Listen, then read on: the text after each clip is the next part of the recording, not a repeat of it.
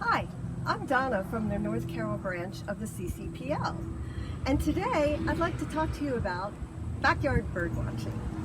Backyard birdwatching is something I've always done. I guess my husband and I have always fed birds, and we've always had bird baths. But during the pandemic, we had more time on our hands, and so we took notice. We actually took notice and started really observing the birds that were coming to visit us. And it was just so much fun. It really made me more aware, and so when we would go take a walk at the park, and we have Cape Horn Park just up the road, I would start to really look there too, and amazingly would see some really cool birds. One of them that I saw at the park was a scarlet tanager. It was so pretty. It was bright red, had black wings, and I've never seen anything like it. So keep your eyes open. I like bird watching. It's fun. It can be fun for all ages. All you have to do is look out your window. I have a couple of tools that I use, and everything is rather inexpensive to use. One thing I did invest in was a good pair of binoculars, which is great for seeing up close what you can't really see from afar. Helps identify the birds that way.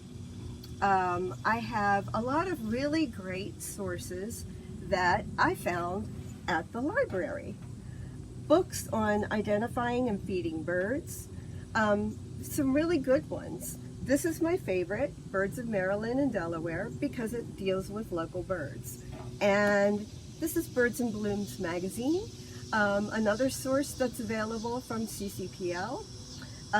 Just fun to read articles about different kinds of birds and how to attract them. Also my phone or my tablet, where I have some great apps, helps you to identify the birds. So thanks for watching. I think I'll go into a little bit more detail as what I've discovered being an amateur bird watcher. If you want to attract birds to your backyard, I recommend getting a bird feeder or two and maybe a bird bath. Put them somewhere where you can see them, out whatever window you're looking at them for. In my case, these are right outside of my kitchen window. I have two bird feeders here, one on a shepherd's hook and one hanging from the tree. They get lots of action. If you want to get up close and personal to your birds, install a feeder that's close to a window. This is right outside my kitchen window, and I see birds on this all year round. Here's a picture of my hummingbird feeder. I buy the food at any store that has bird feeding supplies, but I understand you can also make this food with just some sugar and water. Here's a flat bird feeder that my next door neighbor has installed in one of his gardens. This attracts a lot of birds who need more space than to just hang onto a small perch. I have some bird baths too. Birds of all kinds like the bird baths. They get a drink, or sometimes they splash around, and it's really fun to watch them. This way you're going to get a lot of different kind of birds. Even those that don't eat seeds need to get a drink now and then and really enjoy a bird bath. Different kinds of feed attract different kinds of birds. Seems elementary, doesn't it? But we really make a conscious effort to try some different things, and so we can attract a variety of birds. Here's your classic bird seed. It has a variety of different kinds of seeds, and I have seen all different kinds of birds.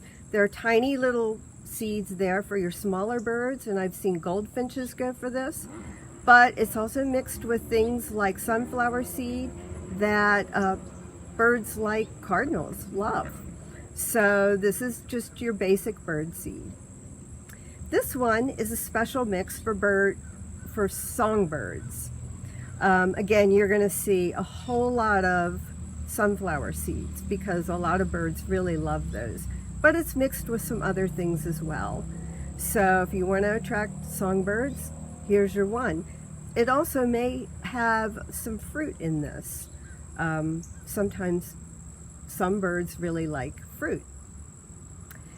This one is just plain old peanuts. We find a lot of blue jays really love these, as well as crows. I've seen all kinds of birds eat these. Also, if you scatter a little bit on the ground, your squirrels will eat these, and maybe leave your bird feeders alone. At least that's been my finding.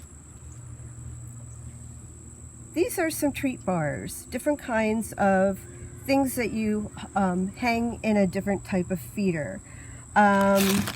I like these. Here's a nut and berry one. Different kinds of birds like the grosbeak and the chickadees really go for the nut and berry bird food. This one is specifically to attract woodpeckers, and we get a lot of woodpeckers around here. I've seen all different kinds: red-headed woodpeckers, downy woodpeckers, yellow-bellied sapsuckers, and it's really fun to watch these different kinds of birds. And this one is another bird food block. I believe this one has some fruit in it as well.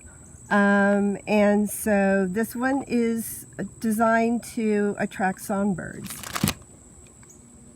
I just recently bought this suet basket feeder. Haven't put that one up yet. I bought this one apple treat suet. I understand some birds that don't normally eat seeds, like bluebirds, for example, they prefer mealworms, but they also like fruit. So I'm hoping that this little suet feeder will attract something different that I've seen. And of course, water. I keep a couple bird baths around, but I find that some birds just like my dog's water dish on the deck.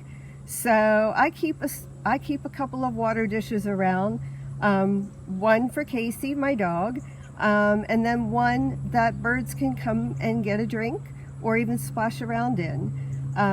So you really want to have some sort of water source for your birds. If you'd like to attract bluebirds, you can put up a bluebird house the way we have. This year we had a whole family of bluebirds in this house, and it was really fun to watch the parents build the nest and feed the baby birds. This little book, Birds of Maryland and Delaware, have been my backyard bird watching Bible because it features local birds. It's a really great source. It features pictures of the bird itself, and if males and females look different, there's pictures of both, as well as some good basic information such as size, what type of nest they build, how many eggs they lay, what they like to eat, and if they're migrating birds, migration information. This book is also color-coded on the side, so you can quickly and easily find birds that you may be looking for. You know, if you are finding, for example, a tan bird, you might have found this little bird. This is the female indigo bunting. This source is really good and one that's readily available at the library.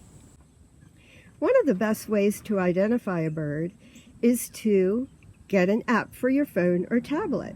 There are so many available, and you can identify birds by either typing in a description, putting in a picture, or recording their calls.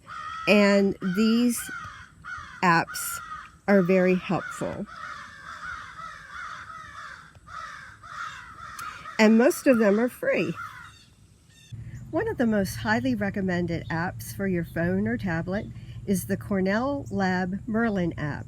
This way you can find your bird by just entering some basic information, and it should find your bird. So you select find your bird, where your location, the date, the size of your bird, the color of your bird, and where you found it. Eating at a feeder in my case. It's going to find some birds, and sure enough, it found the indigo bunting. This is my bird. I can go report this bird with eBird now, another app, and this app allows you to report what you've seen on any given day or time in your location. You just scroll through the local birds and you find whatever bird it is. You choose it over here and it will add it to your list. And it's really fun to look and see what kind of bird that you found. And I'm sure they use the information also. For local bird watchers, they can compare their information with you. So it's really another one to look at. I hope you found some of these tips helpful. I know I plan to learn more about attracting and identifying birds in the future. I've probably seen about 34 different varieties of birds just alone in my backyard, not counting the other places that I've been and observing birds. Don't forget, CCPL is a great source for finding books to help you identify birds. We have countless, lots and lots of bird identification guides that you can reserve. Bird magazines, bird feeding guides, they're all really good sources. Also, I have some digital sources. We don't want to forget those. Libby has a few things. Hoopla has a lot of things, both in ebooks and in audiobooks. And I found Birds and Blooms magazine on our RB digital app. So I hope you give it a try, and thanks for watching.